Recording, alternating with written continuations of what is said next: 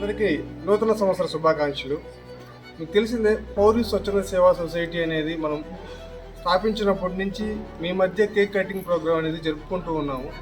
ఈ సంవత్సరం 4వ వార్షికోత్సవం కరెక్ట్గా మనం స్టార్ట్ చేసింది కూడా జనవరిలోనే.